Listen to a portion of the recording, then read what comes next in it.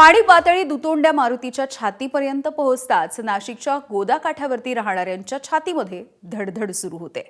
आणि आज सकाळी तर याच दुतोंड्या मारुतीला जवळपास तो पूर्णपणे बुडाल्याचं चित्र होतं।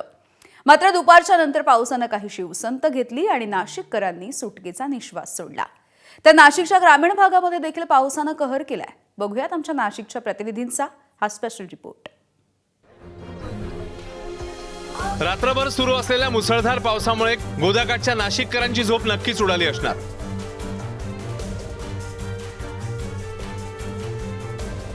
शुक्रवारचा सूर्य उजाडला तेव्हा दुतोंड्या मारुतीच्या माथ्यापर्यंत पाणी पोहोचलं होतं। रामसेतू पूल पाण्याखाली गेला होता। भांडी बाजारातल्या व्यापाऱ्यांची सकाळ दुकानात साचलेलं पाणी उपसण्यातच सरली। सकाळी 7:30 आणि 8च्या सुमारास गोदाकाठचं हे चित्र असं होतं। मध्यरात्री देखील मुसळधार पाऊस झालेला होता, त्यामुळे गोदावरी नदीच्या पाण्याच्या पातळीमध्ये अधिक वाढ झालेली होती। आपण आता नदी काठावर आहोत आणि रस्त्यावर आहोत। हे सगळं गोदावरी नदीचं जे पात्र आता बघायला मिळतंय।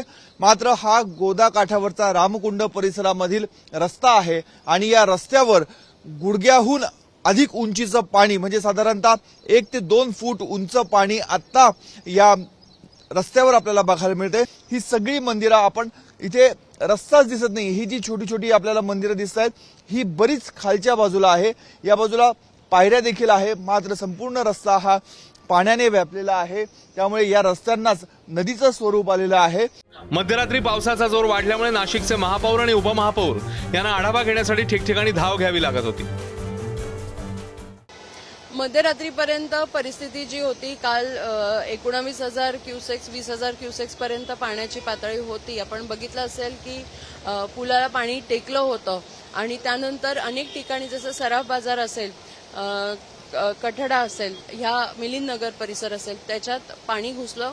नंतर पहाटेच्या सुमारास भारतनगर परिसर, मिलिंदनगर परिसर आणि शाहूनगर इथले काही कुटुंब आम्ही हलवले आहेत। जवळजवळ 150 लोक भारतनगरमधनं आणि 150 शाहूनगरमधनं असं यांना सुरक्षित स्थळी नेलं गेलं आहे। प्रशासनासाठी देखील रात्र पावसाची होती, मात्र सकाळ उजाडल्यानंतर पावसाचा जोर कमी होत गेला आणि त्यामुळे प्रशासनाने देखील सुटकेचा निश्वास सोडला।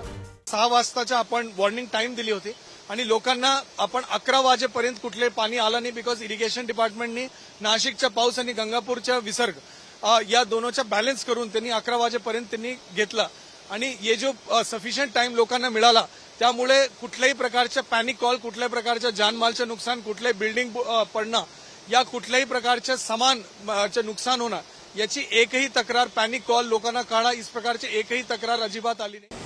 3 दिवसांच्या पावसामुळे नांदूर मध्यमेश्वर मधून मोठ्या प्रमाणावर विसर्ग सुरू करण्यात आला होता। नाशिकच्या पश्चिम पट्ट्यात गेल्या 3 दिवसापासून सुरू असलेल्या मुसळधार पावसामुळे नांदूर मध्यमेश्वर धरण हे जे आहे ते ओव्हरफ्लो भरून वाहताना आपल्याला या ठिकाणी दिसत आहेत। आपण आता आहोत नांदूर मध्यमेश्वर धरणाच्या जवळ। या ठिकाणी जे आहेत 5 गेटमधून साधारण 94,000 क्युसेक वेगाने जे आहे ते पाणी जे आहे ते गोदावरीच्या नदी पात्रात सोडण्यात आलेलं आहे। आपण ड्रोनच्या माध्यमातून हे विहंगम दृश्य या ठिकाणी बघू शकतो।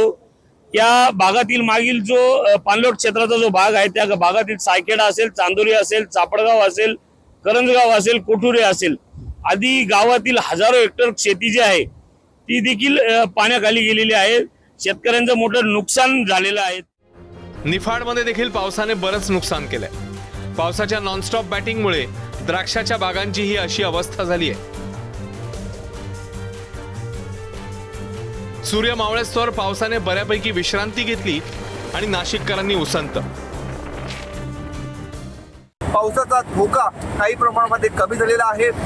नाशिकच्या रामकुंडापासून जे पाणी निफाड तालुक्यामधल्या चांदोरी सायखेडा गावामध्ये जात होतं तिथलं देखील पाणी आता हळूहळू कमी होत चाललेलं आहे।